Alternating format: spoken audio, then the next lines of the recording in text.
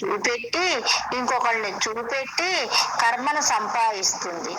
పొద్దుటి నుంచి పనిచేసావు అలసిపోయావని నిర్గుణాన్ని చూపెట్టి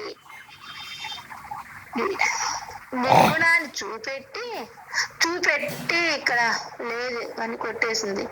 నిర్గుణం అంటే వెలుగే కదా, చూపెడుతుంది. నిర్గుణాన్ని చూపెడుతుంది. నిర్గుణం అంటే వెలుగే కదా. నిర్గుణం అంటే మనం చూసేదేనా? వైరాగ్యం చేత వచ్చినట్టయితే నిర్గుణం మీదే ఉంది అని నేనంటారు. సతరామ్మ ఇంకా అది నిర్గుణం అంటే ఏమిటి?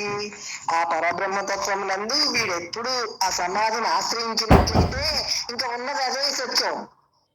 ఉన్నది ఆ పరబ్రహ్మ తప్ప రెండోది లేదు. ఆ బ్రహ్మము తప్ప ఇంకొకటి లేదు.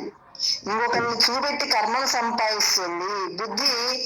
ఎందుకని? బుద్ధిలో పూర్తిగా బ్రహ్మను ఉంటే ఆ సమాధిని ఆశ్రయించకపోయేటప్పటికి, ఎప్పుడు సమాధిలో లేకపోయినట్లయితే ఈ సమాస్థితి పొంది కూడా సమాస్థితుల్లో సమాధిని ఆశ్రయించకపోయినట్లయితే ఆ బుద్ధి ఏం చేస్తుంది? ప్రపంచాన్ని చూపిస్తుంది.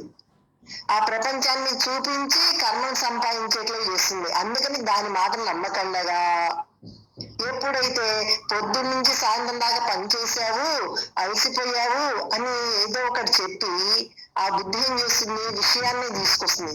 నోర్మి, నేను నమ్మను, ఇక్కడ నేను చేయడం ఏమిటి, నేను పరమాత్మ చేసేవాడు కాదు అని ఎప్పుడైతే దాని మాట నెగ్గనీయకండగా మనసుని సమాధిలో ఎప్పుడు నిరంతరం ఉంచుతున్నామో, సమాధిని ఆశ్రయించున్నప్పుడు ఇంకా అక్కడ ఉన్నది ఆ నిర్గుణతత్వము. ఆ నిర్గుణతత్వమే అంటే మనం అనుకుంటే వచ్చేది కాదు. వీడు అలా చేయగా కానీ వైరాగ్యం వల్ల వస్తుంది అనుభవంగా. ఇంకా అప్పుడు ఉన్నది అదే తత్వం, ఆ నిర్గుణతత్వం తప్ప రెండోది లేదనమాట. చదువు నాన్న. అంటే అమ్మా, వైరాగ్యం చేత వచ్చే నిర్గుణం అయితే వెలుగుగా కనపడుతుంది, లేకపోతే విషయాన్ని చూపిస్తుంది బుద్ధి. అంతే. అంటే బుద్ధిలో పూర్తిగా ఉన్నదంతా బ్రహ్మం అనేంటి ఆ విశ్వాసంలో, ఆ దృష్టిలో లేదు. మనసు చెప్పింది నమ్ముతుందిగా ఉంది. కాసేపు పరమాత్మ అనుకుంటుంది, కాసేపు అలా ఉంది, కాసేపు ఇలా ఉన్నప్పుడు ఆ దృఢత్వం అనేటిది లేదు కదా వాడిలో.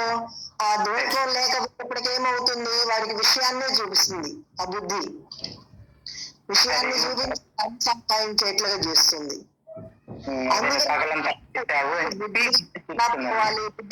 పోవాలి అంటాం చూడు, ఆ బుద్ధిని లేక ఇప్పుడు బ్రహ్మను ఇంటి జ్ఞానంగానే ఉండాలి వాడు. అందుకే సమాధిలో ఊరాలి.